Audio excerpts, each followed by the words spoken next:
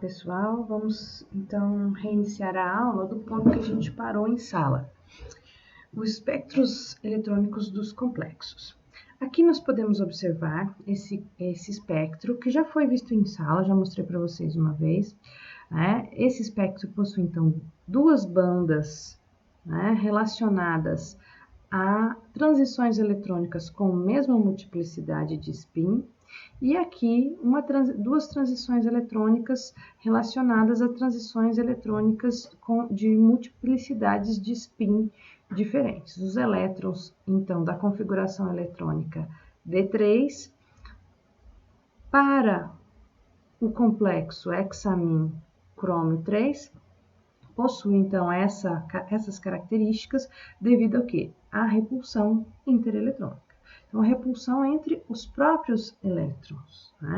Então, dá a impressão, por aqui ver, que você tem um único elétron que está causando, então, duas transições eletrônicas.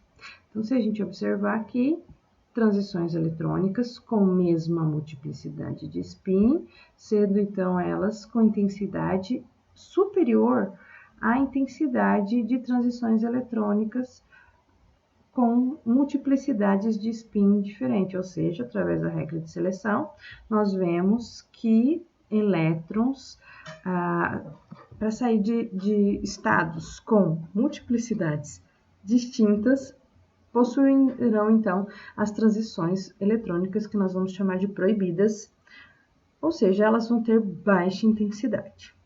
Bom, vamos seguir. Como vocês podem observar aqui, nós temos, então, as transições eletrônicas para um composto octaédrico, semelhante ao do slide anterior.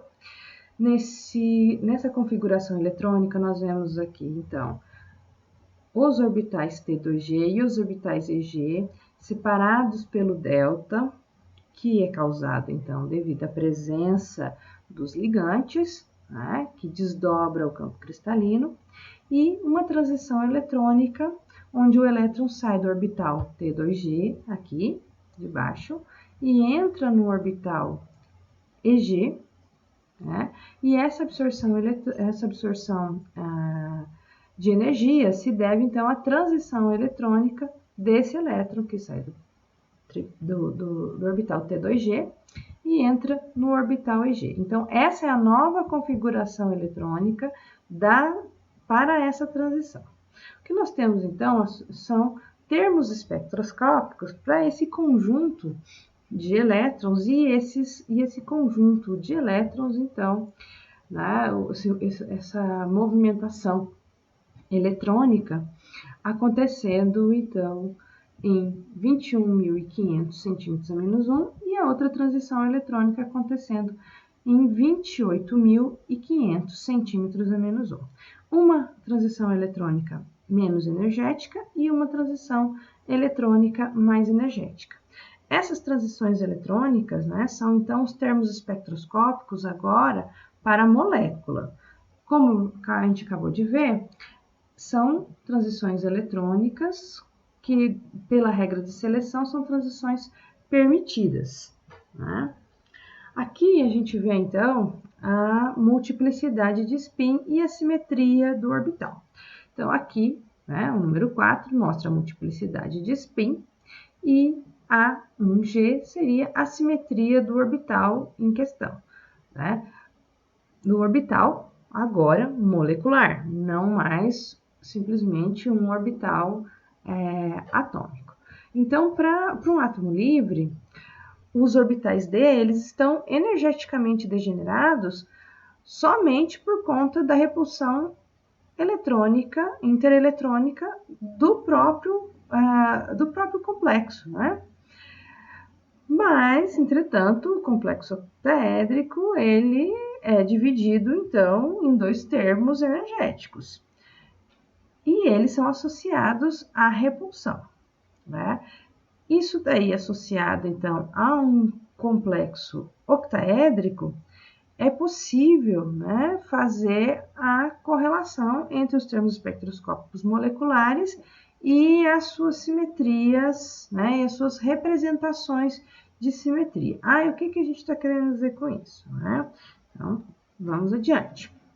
Para cada átomo, nós temos termos que correspondem à resultante dos momentos magnéticos de spin, dos momentos do acoplamento spin-órbita, que vão corresponder, então, à formação dos termos espectroscópicos. E aqui nós temos, então, os termos espectroscópicos associados ao íon livre, né? O S, P, D, F, G. Vejam que a letra aqui é maiúscula, porque nós estamos falando, então, de um termo espectroscópico. Esses termos espectroscópicos, eles podem se desdobrar. Alguns se desdobram em vários termos espectroscópicos associados às moléculas. Então, para um termo espectroscópico S, nós não temos um desdobramento. O termo espectroscópico, então, quando no íon livre, que é um termo espectroscópico S, ele passa, então, para um termo espectroscópico A1G. Sem esquecer, então, que as letras associadas aqui estão relacionadas à simetria dos complexos. Tá? Um termo espectroscópico P se divide, então, em 3 estados de energia com a mesma energia. 3 estados de energia semelhante. Então, se vocês observarem aqui, a gente tem a letra T, maiúscula, 1G. Nós temos aqui, então, para a letra D, a divisão, então, em 5 estados de energia. 3 estados com a mesma energia, 2 estados com a mesma energia. Então, nós temos, então, 3 estados degenerados, 2 estados degenerados. Bom, esses termos, eles estão associados, então, né, essa separação dos termos moleculares estão associados à repulsão eletrônica. Estando associado à repulsão eletrônica, eles estão, então, associados à repulsão eletrônica. Aqui, se vocês observarem a letra B, o parâmetro de Hacker B, né, que mostra a repulsão entre os termos de mesma multiplicidade. Então, se nós estivermos tentando observar a repulsão entre termos de multiplicidades diferentes, nós não vamos observar esse parâmetro B de Hacker propriamente dito. E em função de que ele é? Em função da força do campo ligante. Se vocês observarem, então, aqui, o desdobramento de energia dos termos em um campo octaédrico, né, nós vamos observar aqui que nós temos um singlete S, e esse singlete não se desdobra, né, quando em uma molécula. Então, nós temos aqui, no eixo Y, a energia associada à repulsão interior eletrônica, e no eixo X, nós temos a repulsão causada pela presença do campo cristalino. Se nós observarmos o átomo na forma de íon livre, né, nós teremos essa divisão de termos espectroscópicos, que nós já vimos como fazer o cálculo, né, para determinar esses termos espectroscópicos, e cada um deles se dividindo. Um termo F se divide em 3 termos espectroscópicos para a molécula. Um termo D em 2 termos, um termo P, né, em um termo G em 4 termos espectroscópicos, e um termo S em apenas um único termo. Se vocês observarem aqui, vocês vão ver que para F, todos eles possuem a mesma multiplicidade de spin. Então, essas transições eletrônicas vão ser consideradas permitidas. Para D, nós temos multiplicidades de spin semelhantes entre eles. Mas nós vamos observar isso daqui principalmente quando se trata, então, do termo espectroscópico no estado fundamental. Então, o estado fundamental, qual é? O termo com menor energia. Do termo com menor energia sairão, então, os elétrons e transitarão para os outros orbitais. Quando esses orbitais estiverem com multiplicidades semelhantes, o elétron sai daqui, entra aqui, sai daqui, entra aqui, sai daqui, entra aqui. Olha, mas aqui a gente tem multiplicidade de spin diferente. Então, as intensidades dos sinais no espectro eletrônico também serão diferentes, né? Serão intensidades menores por conta da proibição devido à multiplicidade de spin ser uma regra de seleção que prevê que os elétrons que transitarem, então, nos orbitais de mesma multiplicidade terão suas transições permitidas. Multiplicidades distintas, transições proibidas. Esse diagrama ele foi, então, simplificado por Leslie Orgel.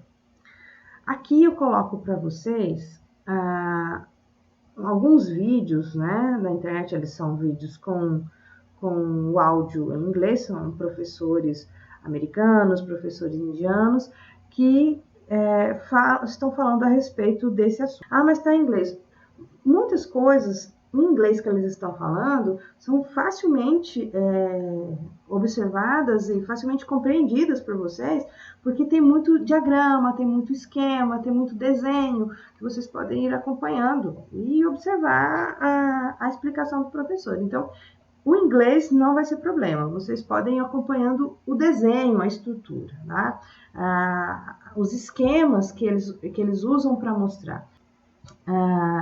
Vocês podem usar essas ferramentas da internet à vontade, ok? Elas sempre vão ajudar, principalmente essas videoaulas.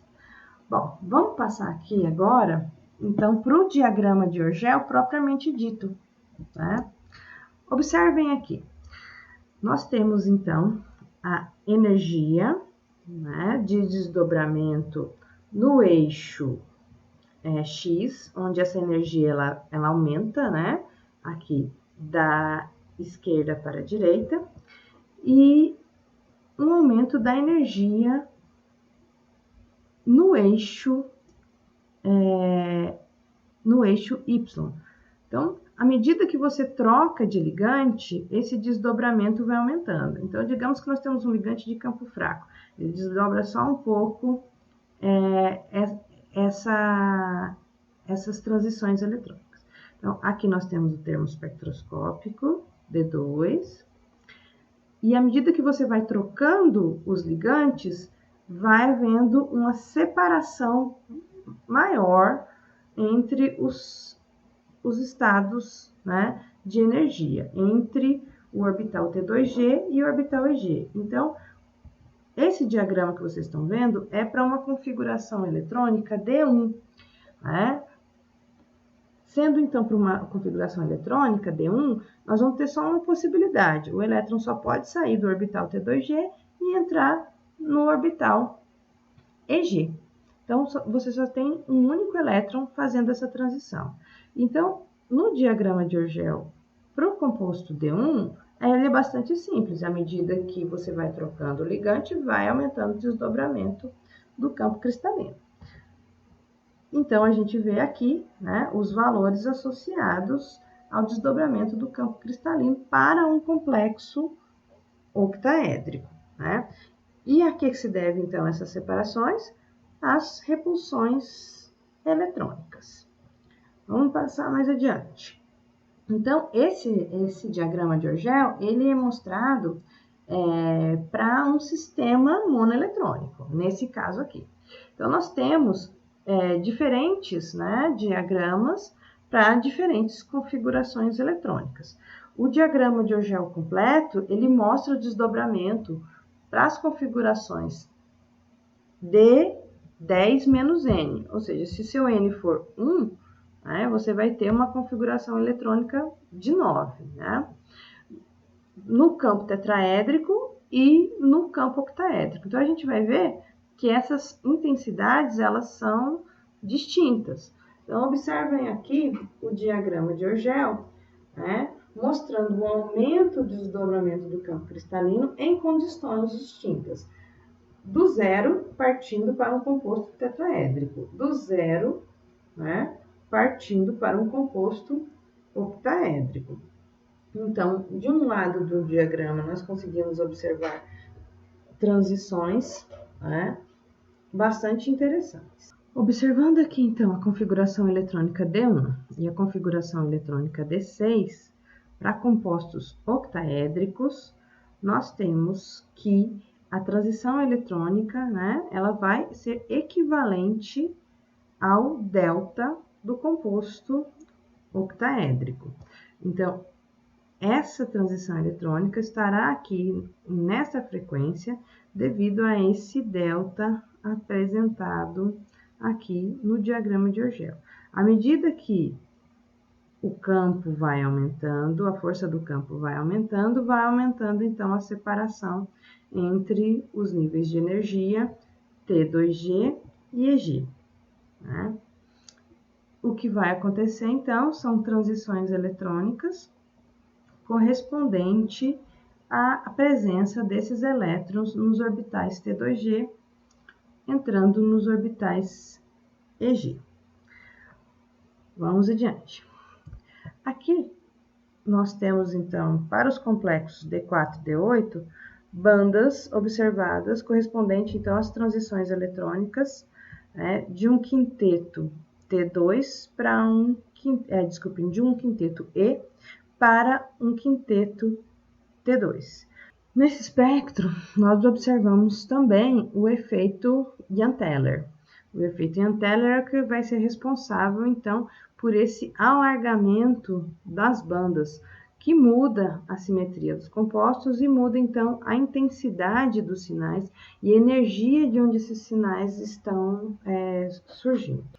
Aqui nós temos outro exemplo, né, que é um exemplo, então, agora para a configuração eletrônica D2, onde o termo espectroscópico do estado fundamental é o triplet F. Esse triplet F ele vai possuir, então, 7 estados energéticos dispostos, então, em 3 termos espectroscópicos especulares. Se a gente, então, tem um termo espectroscópico triplet F para o íon livre, quando o complexo for formado, a força desse campo vai fazer com que haja um desdobramento desses termos espectroscópicos em 3 termos espectroscópicos distintos.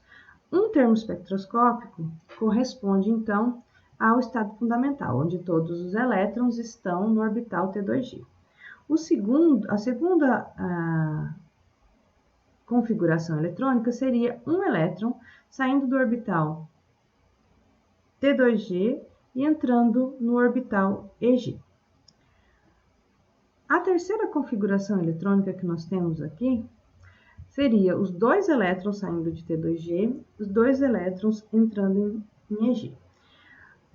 Isso nos proporciona ao menos 2 transições eletrônicas no mínimo. Nós vemos aqui que nós temos mais uma transição eletrônica, também, associada a multiplicidades de spin semelhantes, mas aqui a gente tem o termo espectroscópico T1G associado não ao termo espectroscópico do estado fundamental do íon, e sim ao termo espectroscópico de um nível de energia superior ao estado fundamental. Então, nós podemos ter ainda mais uma transição eletrônica associada a ele.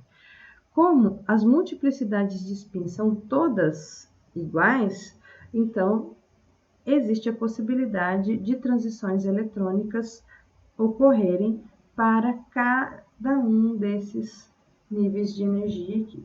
E o delta, se vocês observarem, aqui está delta e aqui está 2 delta. Então, nós temos 2 vezes o valor de delta para a segunda transição eletrônica.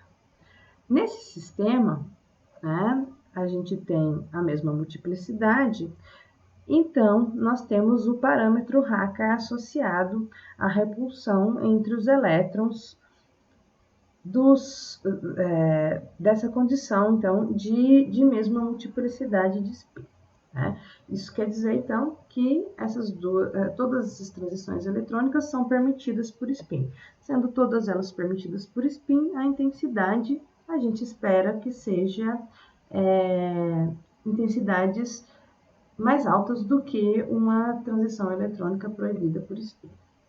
Então, vamos adiante. Então, aqui nós temos, né, condições diferentes. Quando a gente viu o diagrama de Orgel para um sistema monoeletrônico, era bastante simples. Sai do T2G e entra em EG, né, nesses termos espectroscópicos. Esses termos espectroscópicos associados, então, para sistemas multieletrônicos, eles vão ser provenientes de outros termos espectroscópicos, como no caso que a gente apresentou e falou agora há pouco sobre o D2, a gente teria, então,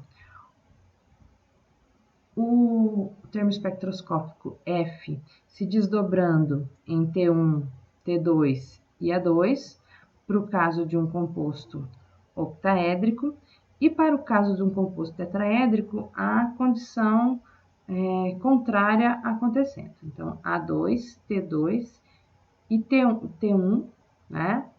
E T1. Esse T1, ele está sendo proveniente, então, né, do termo espectroscópico P.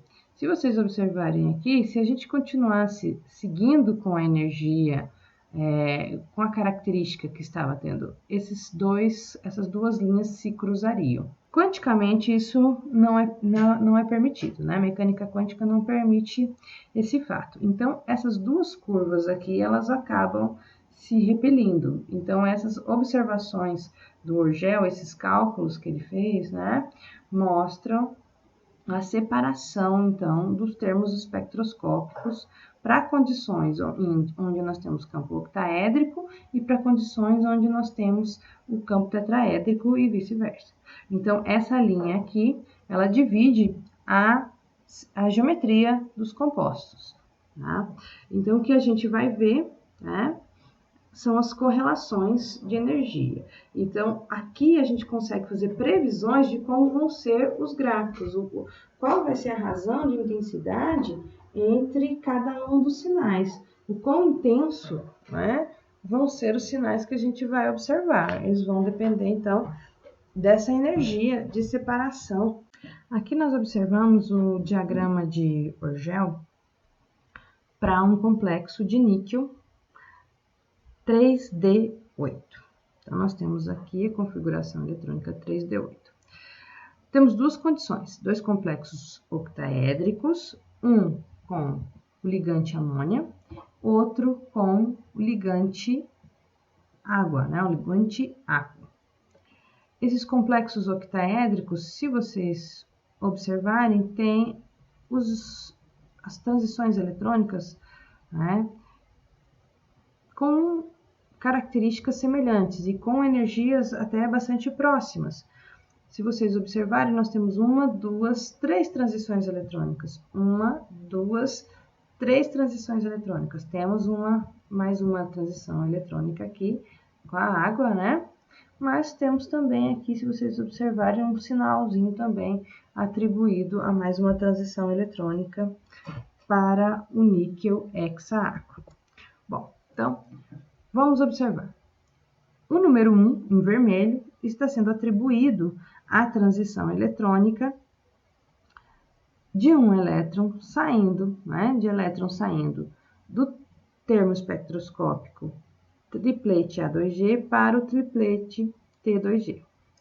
Na segunda banda, né, aqui em azul, nós temos a transição eletrônica triplete A2G indo para triplete T1G. E a terceira e última transição eletrônica aqui, sendo atribuída, né, aqui em amarelo, para o triplete A2G para o triplete T1G.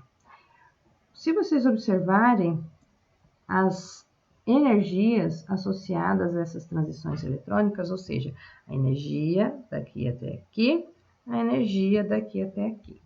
Então, essas energias, elas estão associadas, né, às transições eletrônicas de um ponto a outro ponto. Então, qual a energia? É essa energia aqui, né? Essa energia que eu tô passando aqui. Opa! Essa energia nessa posição, esse delta aqui, correspondendo então a essa posição aqui, a essa posição de energia, onde o estado fundamental, então, para esse complexo octaédrico, o termo espectroscópico associado é o termo espectroscópico A2, os elétrons saindo do estado fundamental, então, que é o termo espectroscópico A2, entrando no outro nível de energia associado ao termo espectroscópico T2. Então, nós temos aqui 3 condições energéticas distintas e que podem ser extraídas, então, em termos de energia direta dentro do espectro eletrônico, né? Então, vamos adiante. O diagrama de Orgel, então, ele é muito útil para a gente fazer as atribuições, né, das transições eletrônicas, mas ele só permite que a gente faça isso usando transições eletrônicas de mesma multiplicidade de spin, ou seja, as transições que são permitidas por spin. Passando agora, então, para o diagrama de Tanabe-Sugano, o Yukito Tanabe, né, e o Satoru Sugano, em 1954, eles fizeram a proposta, né, de trabalhar com níveis de energia, mostrando as diferenças desses níveis de energia em presença do campo ligante. Como é que eles fizeram para fazer essa proposta e construir, então, esse diagrama que a gente está fazendo aqui, né? Eles fizeram uma variação energética, né, dos diagramas de energia e dos termos associados, os termos espectroscópicos associados a essas transições eletrônicas. O diagrama de Tanabe-Sugano, então, utilizando as energias de separação entre os níveis energéticos e a energia de desdobramento do campo cristalino, foi construído fazendo com que essa repulsão eletrônica fosse considerada na hora de tentar fazer a atribuição de um espectro eletrônico. Esse diagrama ele é muito útil, porque a gente pode trabalhar quantitativamente. A gente pode usar os dados obtidos no gráfico, para atribuir as bandas dele. Então, se vocês observarem a razão entre os tamanhos, entre as intensidades, entre as energias das transições eletrônicas, nós conseguimos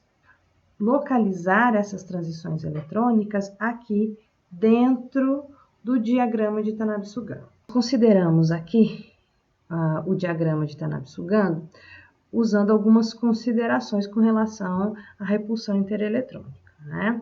O parâmetro A não é considerado porque ele é igual para todas as transições eletrônicas. E o parâmetro C, ele vai ser assumido para a construção do diagrama como aproximadamente 4B, ou seja, a energia de repulsão eletrônica multiplicada por 4. Tá? Então, essa energia de repulsão eletrônica dos termos de mesma multiplicidade multiplicada por 4. Então, para poder caber tudo dentro desse diagrama, ele falou, bom, vamos tirar fora, né, o parâmetro C, não vamos considerar o parâmetro C, vamos igualar ele ao parâmetro B para a gente poder construir uma previsão das transições eletrônicas. No eixo X, delta dividido por B, ou seja, a força do campo cristalino está envolvida aqui no diagrama de Tanabe-Sugano. Então, se nós observarmos aqui, em laranja, esse acredito que seja um diagrama do livro da Catherine Housecroft. Então, se vocês observarem aqui, vocês vão ver em laranja os termos espectroscópicos associados ao íon livre, e aqui desse outro lado, em laranja, os termos espectroscópicos associados ao complexo, né? Então, a molécula já formada do complexo. Se vocês observarem, existe uma linha aqui que divide esse diagrama de Tanabe-Sugano em duas partes. Vou deixar vocês aí com essa dúvida, porque essa linha está aí dentro do diagrama. Então, vamos dar uma olhadinha. Aqui temos uma comparação entre o diagrama de Orgel, que mostra as energias em um estado 1 e um estado 2 para as transições eletrônicas, e a regra de não cruzamento, que mostra, então, que é mostrada aqui, então, no diagrama de Orgel. No diagrama de Tanabe-Sugano, nós podemos ver várias linhas que se cruzam, mas o diagrama de Tanabe-Sugano, ele é calculado baseando-se, então, no parâmetro B, Ele está já acrescentando dentro dessas linhas o termo da repulsão eletrônica, Então, se vocês observarem aqui, a gente tem marcado aqui em vermelho singlet E, marcado aqui em azul singlet A1, singlet A1. Ou seja, a gente já tem essas divisões, aqui dentro do diagrama de Tanabe-Sugano para evitar essa mistura de termos de mesma simetria. Bom, vamos dar uma olhadinha aqui no eixo X. No eixo X a gente tem alguma coisa aumentando. O que é que está aumentando no eixo X? Delta. Isso quer dizer que eu estou colocando ligantes diferentes com forças diferentes, Ligantes de campo forte mais a direita, ligantes de campo fraco mais a esquerda. E a energia de separação dos níveis aqui no eixo Y. Se vocês observarem aqui, quando você tem um complexo, o termo espectroscópico do estado fundamental é o triplete F. Quando você tem o termo espectroscópico do estado fundamental para a molécula do complexo, nós temos o triplete T1. Não podemos esquecer que esse termo espectroscópico, ele se divide em três termos, porque ele é um termo espectroscópico F. Então, nós vamos ter esse termo, e se vocês observarem aqui, a gente tem o segundo termo, de que F se desdobrou, o triplete T2.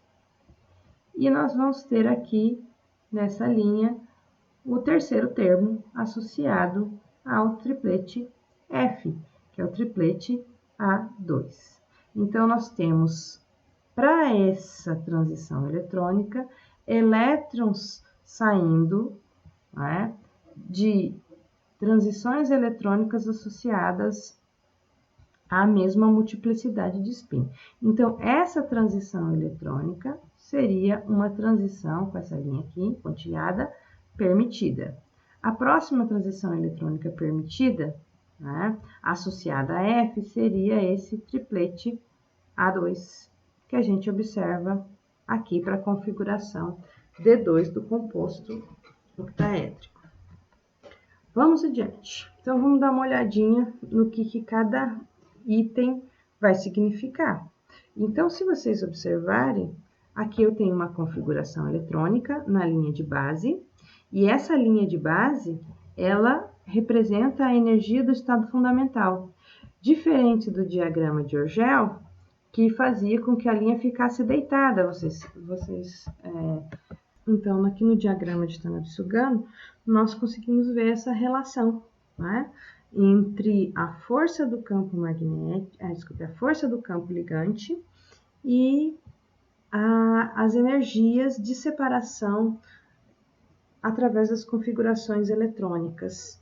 Então, o diagrama de Tanabe-Sugano, ele é o nosso grande auxílio para conhecer a magnitude do delta, calcula a magnitude do delta, prever essas magnitudes de delta, utilizando, então, os cálculos, onde aumenta a transição, quando aumenta o delta, os valores de delta, aumentar, então, a energia, né, atribuída a essas transições eletrônicas, prevendo todos os parâmetros de repulsão intereletrônica. Bom, aqui no sistema D2 e com o auxílio do diagrama de Tanabe-Sugano, nós estamos vendo esse diagrama de Tanabe-Sugano aqui para o D2, vocês vão observar que existem diagramas distintos para configurações eletrônicas distintas, né? Então, à medida que vai aumentando a força do campo, vai modificando e aumentando, então, olha só, a separação entre triplete T1G e o triplete T2G. Aumenta também a separação entre o triplete T1, aumenta também a separação do triplete A2G. Então, quais são as transições eletrônicas que nós vamos observar? Na região do visível, nós vamos ver energias mais baixas. Na região ultravioleta, energias mais altas. Então, se vocês observarem aqui, a separação de energia da primeira transição eletrônica sendo menor, a separação de energia da segunda transição eletrônica maior e a última transição eletrônica aqui em azul bastante grande, né? Então, essa transição ela vai ser esperada na região do ultravioleta, porque se nós isolarmos os termos aqui, né, a gente tem B aqui e B aqui, nós conseguimos então calcular a energia associada a cada uma dessas transições eletrônicas. Então, para que serve o diagrama de Tanabe-Sugano? Para dizer quais são as transições eletrônicas que são possíveis de acontecer com energias previstas. Então, nós podemos fazer as atribuições das configurações eletrônicas dos complexos, utilizando este diagrama. Agora, a gente vai ver uma transição eletrônica interessante. Nos diagramas anteriores, não haviam essa listinha aqui, olha só, essa divisão. O que essa divisão representa no diagrama de Tanabe-Sugano? Essa divisão vai representar a força do campo. A força do campo não está aumentando daqui para cá, então os ligantes que estão associados a energias de separação menores são ligantes de campo fraco e ligantes de campo forte associados a energias de transição maiores. Então, é isso que o diagrama de Tanabe-Sugano vai fazer para os compostos que possuam a possibilidade de ter o emparelhamento ou não dos elétrons devido à força do campo ligante. Tá? Então, o que vocês vão ver aí no diagrama de vocês é quais seriam as transições eletrônicas, quais seriam as energias associadas a essas transições eletrônicas em diferentes campos, em diferentes forças de campo ligante. Vamos dar uma olhadinha aqui um cálculo experimental usando o diagrama de Tanabe-Sugano. Aí, como é que isso funciona? Então, aqui eu tenho um gráfico, né? E eu quero fazer a atribuição das transições eletrônicas desse gráfico. Ou eu quero fazer o contrário, eu quero prever como vai ser o meu espectro eletrônico. Então, o que eu vou fazer para fazer essa atribuição correta, em que posição ela vai estar, quais as energias associadas a ela. Tem o espectro aqui e ele tem duas bandas. Uma banda com essa energia aqui de 25.600 e a outra aqui no eixo X, né, com a energia associada a essa transição eletrônica de 17.200. A quem elas pertencem? Né? Então, a gente espera que elas saiam então do estado fundamental, que é o triplete T1, e passe para a primeira opção de estado excitado, né? Ou seja, a configuração eletrônica de um elétron saindo de T2 e entrando em E. Né? Aqui eu nem estou associando se esse complexo que eu estou falando aqui, se ele é outra opção que não o octaédrico, porque os diagramas de Tanabe-Sugan para compostos, os compostos que a gente está observando aqui, então tem as transições eletrônicas associadas a esse complexo da seguinte maneira. Então, esse trabalho é um trabalho feito manual, é braçal, ele é tentativa e erro. Em primeiro lugar, o que é que você faz? Você pega a transição eletrônica de maior intensidade e divide pela transição eletrônica de menor intensidade. Então, você vai achar uma razão associada a ela, né? De 1,49. Esse valor de 1,49, ele pode ser achado aqui dentro do gráfico. Como?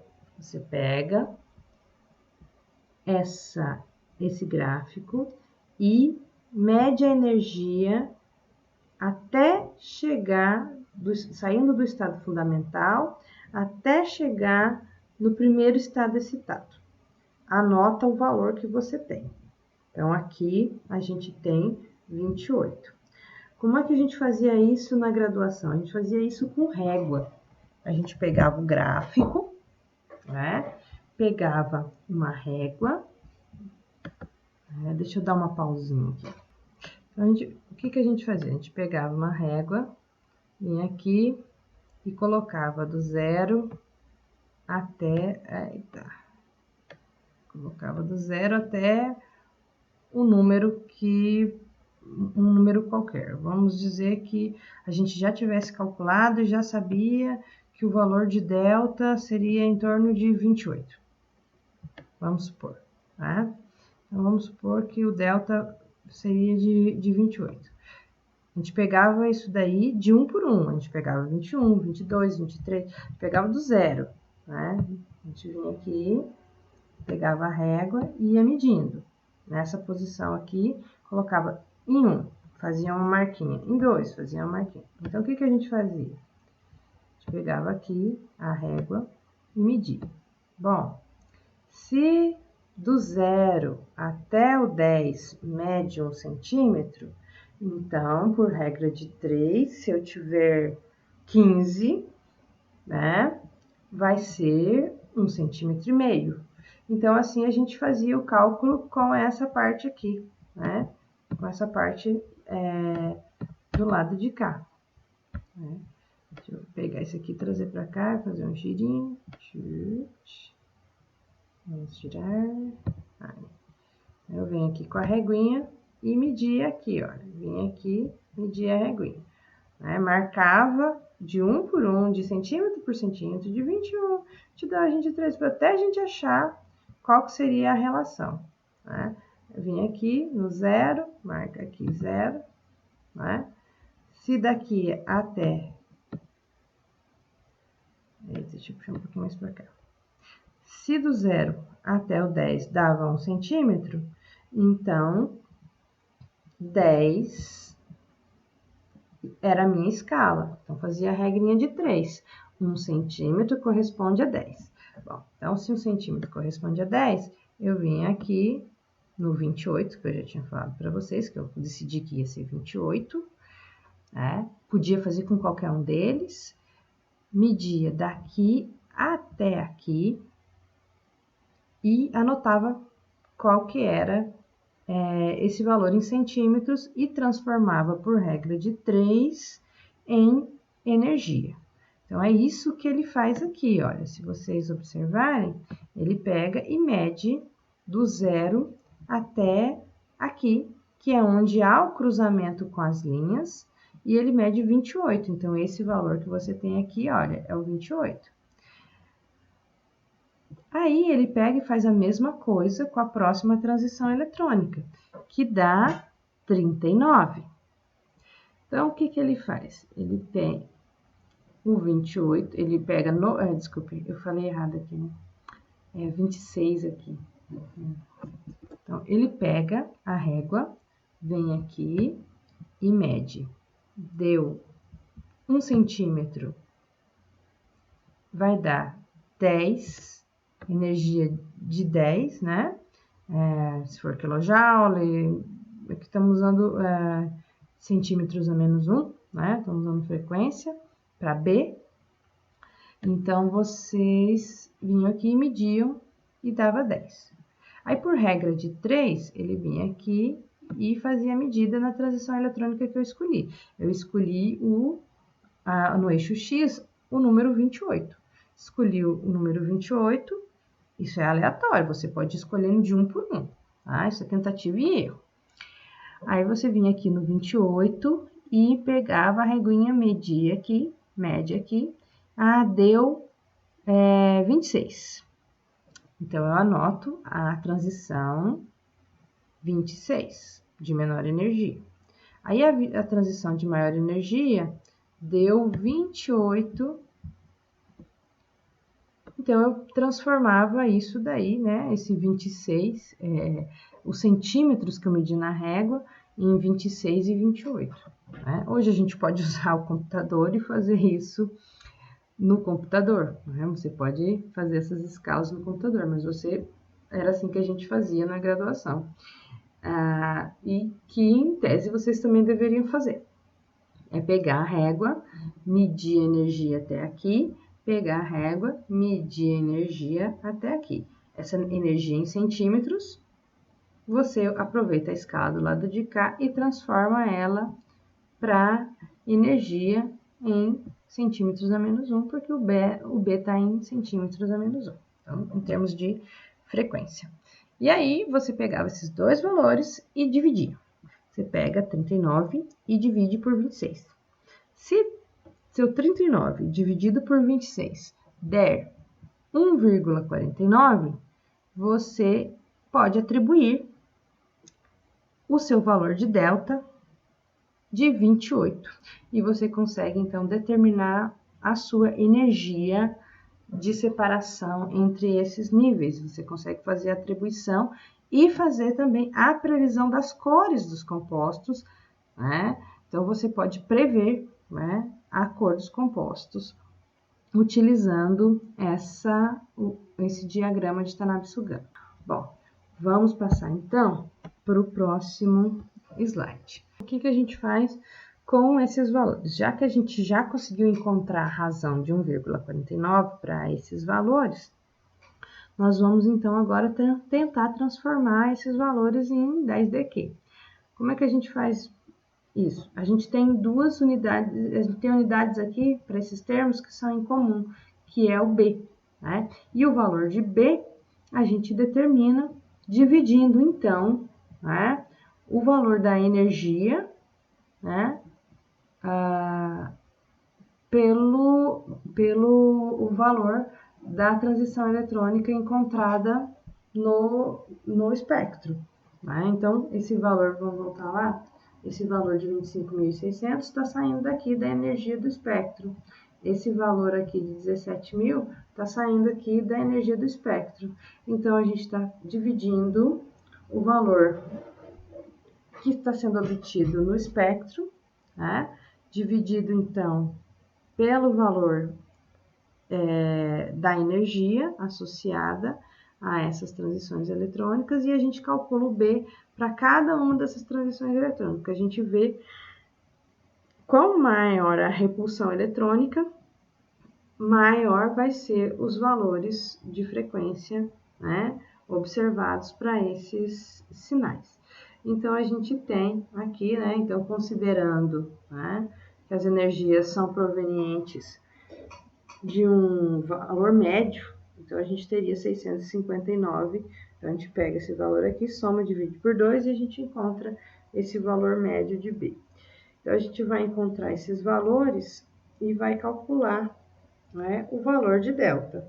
Então, a gente vai pegar o 28, que foi a posição que eu escolhi do diagrama de Tanabe-Sugano, e vai multiplicar por 659, né, e vai obter 18.400 centímetros a menos 1. Então, com esse valor, a gente consegue definir qual é a energia de separação entre os níveis de energia, né? T2, G e EG. Né?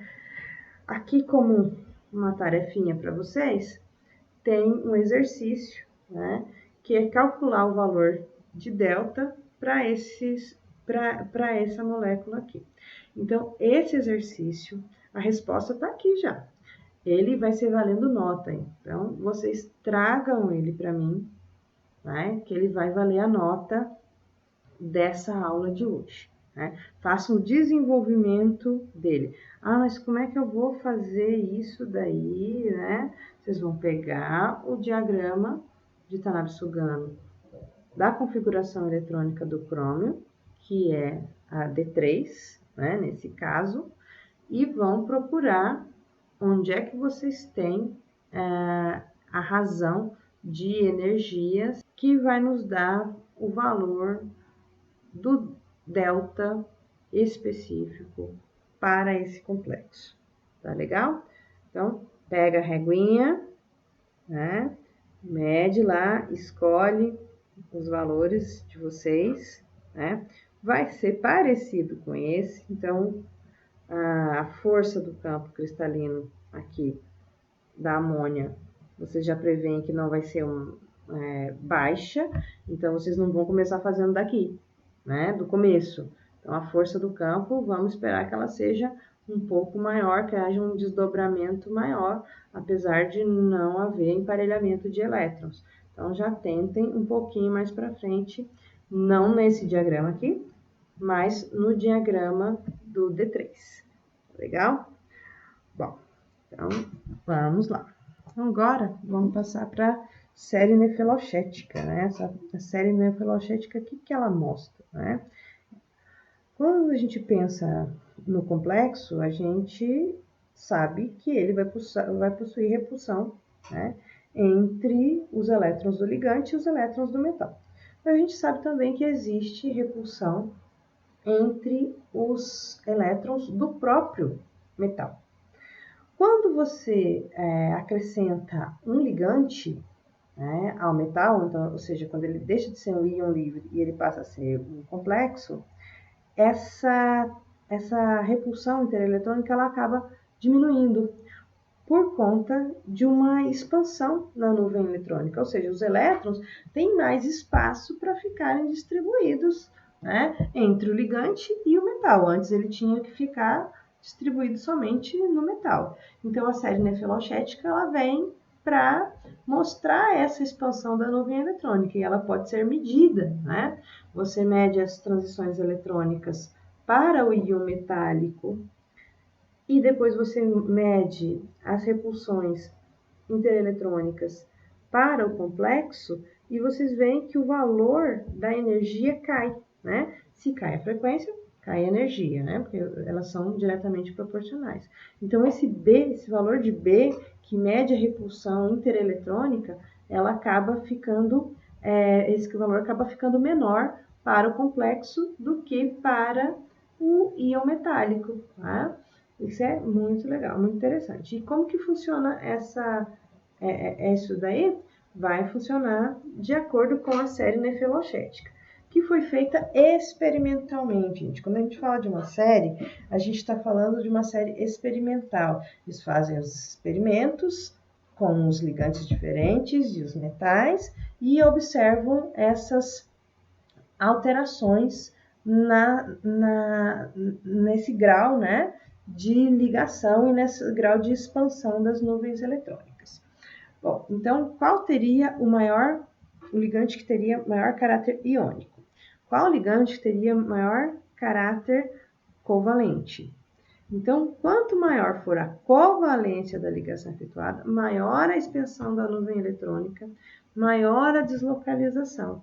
Então, se vocês olharem aqui, o caráter iônico dá maior repulsão intereletrônica e o caráter covalente dá menor repulsão intereletrônica. Então, os ligantes que derem mais caráter iônico para a ligação vão ter maior repulsão intereletrônica.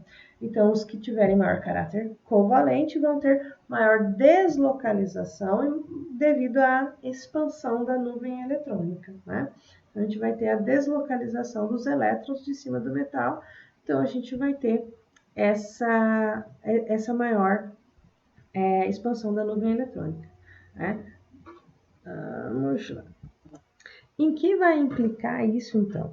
Vai implicar em processo de transição de transferência de carga. Se os elétrons conseguem se deslocalizar do metal e passam a se localizar no ligante, predominantemente, a gente vai ter transições eletrônicas distintas. Então, aqui nós temos transições, que nós vamos chamar de transições DD, ou seja, o elétron sai de um orbital D e entra no orbital D. O elétron sai de um orbital D e entra em um orbital D. O elétron está transitando aqui com muito mais intensidade do que as transições DD. Então, por que esses coeficientes de absortividade molar, né, que mostram a intensidade desses sinais, né, porque ele é muito alto para bandas de transição de transferência de carga, ou seja, as bandas que estão associadas a transições eletrônicas do metal para o ligante, do ligante para o metal. Porque essas transições têm coeficientes de absortividade molar mais altos, né? Bom, mas então, sobre o que se trata esse epsilon, né, que eu estou falando, que é o coeficiente de absortividade molar? Esse epsilon, coeficiente de absortividade molar, ele vem aqui, né, na equação de Lambert-Beer, que mostra, então, que ele está associado à intensidade das bandas, o quão intenso vai ser esse sinal, se vai ser uma banda pequena ou se vai ser uma banda grande, uma banda intensa. Bom, então aqui, para ajudar a compreender melhor, tem uns links do YouTube, né, com alguns vídeos, com outros professores, às vezes a gente não entende com o jeito que um professor fala, né? Então, vamos lá para o equipamento, vamos fazer as medidas. Então, a gente vai pegar uma cubetinha de vidro. Se vocês já estiveram no equipamento, vocês já devem ter visto uma cubeta de vidro, ou de quartzo, né? Então, a gente acha que está pegando uma cubeta de vidro e é uma cubeta de quartzo. Então, essa cubeta, dentro dela a gente coloca a amostra, essa amostra colorida. Bom, o que vai acontecer? A gente vai pegar uma lâmpada, né? O equipamento possui uma lâmpada, e essa lâmpada, ela é composta por uma luz que vai ser dividida, usando um monocromador, em comprimentos de ondas distintos. Então, vai separar o azul, vai separar o amarelo, vai separar o vermelho, vai separar o ultravioleta, e essa luz vai atravessar a sua amostra. Se a sua amostra absorver a cor azul não passa. Se a sua amostra absorver a cor verde não passa. O que passar, o detector mede. Então, ele vai mostrar para vocês, no gráfico, as cores que foram absorvidas. E isso tem uma intensidade. Então, essa intensidade de luz, né? Ela tem uma intensidade inicial, vocês têm uma quantidade de comprimento de onda passando inicialmente e uma quantidade chegando. Então, essa diferença depende de cada amostra e também depende do espaço que a luz percorre. Por isso aqui a gente tem esse Lzinho que mede, então, o tamanho, né? O caminho óptico, o tamanho do caminho óptico, o tamanho do caminho que a luz vai percorrer. Vamos adiante aqui. Então, tudo isso tem a ver com as intensidades das bandas, né? Então, se a gente pegar e fizer o logaritmo da intensidade inicial pela intensidade final, nós vamos ter o valor de absorbância, o quanto que esse material absorve de luz. E essa absorbância, ela está diretamente relacionada a uma característica única, que seria a identidade do seu composto, que depende, então, do tipo de transição eletrônica que tá acontecendo, B, que seria, então, o caminho óptico, né? E C, a concentração do seu material. Então, quanto mais concentrado, vamos voltar no slide anterior, quanto mais concentrado seu material, menos luz vai chegar no detector, porque esse material vai estar absorvendo mais luz. Então, a gente tem que a absorvância ela é diretamente proporcional ao tamanho do caminho óptico, à concentração e à quantidade de luz que cada amostra consegue absorver. Então, a gente pode isolar esse valor de epsilon, se a gente conhecer o valor de absorvância que o equipamento nos dá. Se nós conhecermos a concentração, eu sei quantos milimols eu coloquei desse material lá dentro, né? E sei o caminho óptico, que normalmente é 1 centímetro nos nossos equipamentos. Existem caminhos ópticos de diferentes espessuras. Se vocês pegarem e digitarem aí no Google cubetas, né? Vocês vão ver que tem cubeta de 1 centímetro, cubeta de 10 centímetros, cubetas de 1 milímetro. Cada uma dessas cubetas vai ter um uso diferenciado. Então, quanto maior o nosso caminho óptico, né, mais material, mais luz vai ser absorvida. Então, quanto que a gente precisa desse tipo de cubeta com caminhos ópticos maiores? Quando a nossa amostra é muito diluída. Então, eu já usei cubetas de 10 centímetros em determinação de compostos em água, né? Então, água natural, né? Água de rio, água de poço. Então, essas águas têm concentração baixa de determinados componentes naturalmente. Para fazer essas quantificações, no Instituto Ambiental do Paraná, onde eu fiz o estágio, eles usavam cubetas de 10 centímetros. A gente usava cubeta também de 1 centímetro, mas quando os compostos eram muito concentrados. Bom, então, em que isso implica, né?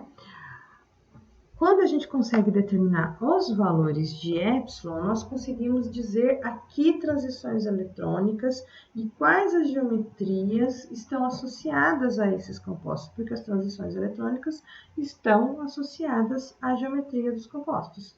Então, um complexo tetraédrico, um complexo octaédrico, um quadrado planar vão ter valores de epsilon típicos, né? Quando a gente tiver compostos octaédricos, octaédrico distorcido e quadrado plano, os valores máximos são tipicamente de 100. Vamos voltar lá então nas regras de seleção. A regra de seleção, ela vai mostrar quais são as transições eletrônicas que são permitidas e quais são proibidas, ou seja, aquelas que tiverem um valor não nulo integral de transição do momento de dipolo, vai ser uma transição eletrônica permitida. Quando esse valor for nulo, ou seja, que seja igual a zero, essa transição eletrônica vai ser proibida. Essas duas regras básicas, elas vão restringir a ocorrência das transições eletrônicas utilizando a restrição de Laporte e a restrição de spin. Gente, então, como encerramento deste conteúdo, a gente pode observar essa tabela, né? Na verdade, esse quadro. Nesse quadro, a gente vê a absortividade molar, a restrição, ou seja, a regra de seleção, e aqui os exemplos típicos desse tipo de transição. Nesse primeiro caso, a gente tem transições com épsilons, né? Para épsilons menores do que 1. Quando é que eu tenho épsilons menores do que 1 em termos de transição eletrônica? Quando você tiver uma transição eletrônica que seja proibida por spin e proibida por Laporte. Então, essas transições vão ter uma baixa intensidade no espectro eletrônico. E os complexos, por exemplo, como os complexos de manganês 2, vão apresentar transições DD, né, que vão ser as responsáveis pelo surgimento da cor, e essas cores vão ter intensidades baixas, um rosa bem clarinho, um azul bem clarinho. Então, todas essas transições vão ser bastante claras, a solução vai ser clara, você vai ter que colocar muito material para poder dar bastante cor, né, para a sua solução, se você estiver fazendo uma solução com um desses complexos. No segundo caso, né, a gente tem absortividades que são proibidas por Laporte, proibidas por Laporte. Então, todas essas que são proibidas pelo aporte, elas são permitidas por SPIN. E as intensidades vão variando, vão aumentando à medida que a gente vai modificando a geometria desses compostos. Então, se vocês observarem, a primeira que a gente vê é uma relaxação, né, de natureza vibrônica, ou seja, com relação à vibração. No segundo caso, a gente tem contribuições de natureza que são covalentes. Então, quando você tem o ferro com cianeto, você começa a observar épsilons maiores, então colorações começando a ficar um pouco mais intensas, e essas são permitidas por SPIN, mas são proibidas por Laporte, ou seja, a transição DD, elas têm mesma paridade, você está saindo de orbital G para orbital G. Então, isso é proibido por Laporte, mas essa contribuição covalente faz com que haja uma intensidade maior, essa absortividade maior. No último caso, para complexos DN tetraédricos ou complexos sem centro de inversão, ou sejam complexos octaédricos sem centro de inversão, com diferentes átomos em torno do metal, que também vão causar, então, transições DD, e essas também são permitidas por SPIN, mas são proibidas por Laporte. E a intensidade começa a ficar muito maior. A última opção que a gente tem aqui, o último caso, são de transições eletrônicas, onde a gente tem valores de absortividade molar maiores do que 1. E essas transições vão ser, então, totalmente permitidas, tanto por SPIN quanto por Laporte. Então, as regras de seleção não proíbem esse tipo de transição eletrônica. As transições de transferência de carga, elas se encaixam perfeitamente dentro desse caso. Então, quando vocês veem um espectro onde você tem duas bandas de menor intensidade e uma banda muito grande, com uma intensidade muito alta, tendendo a regiões de alta energia, nós temos transições que são características de transições de transferência de carga. Então, olha só, você está saindo de compostos com paridades diferentes, SP, P e D, D e F, todos eles têm paridades diferentes. Se tiver a mesma multiplicidade de SPIN, vão ser permitidas por SPIN. Então, um exemplo aqui que eu acho interessante para vocês verem, que não se aplica somente a compostos de coordenação, essas regras aqui, elas fazem parte também para compostos orgânicos de uma maneira geral.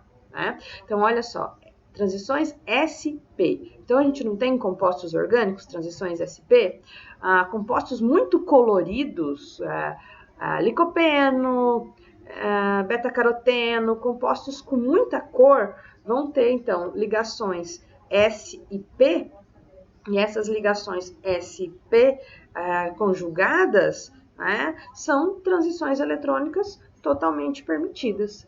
Então, aqui a gente consegue definir, quando a gente está fazendo espectros eletrônicos, se você fizer o cálculo, se você souber a absorbância, souber a concentração desse composto, souber o caminho óptico, você consegue descobrir a absortividade molar.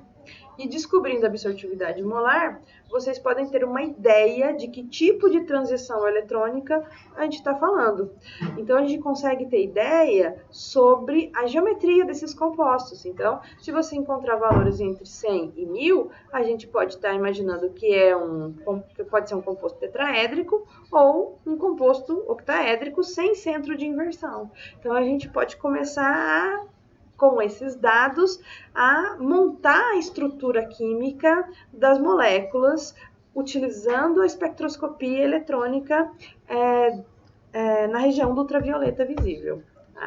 Então, com esse slide, a gente encerra a aula, e eu quero fazer um agradecimento especial ao professor Fernando Xavier, da UDESC, que ele disponibiliza o material dele na internet, e quando cai na rede fica público, então, mas mesmo assim eu quero agradecer o mérito dele disponibilizar esse material que ajuda aos colegas como eu a fazer aulas com slides muito melhores, né, com os dados todos bem compilados. Então, pessoal, até a próxima aula.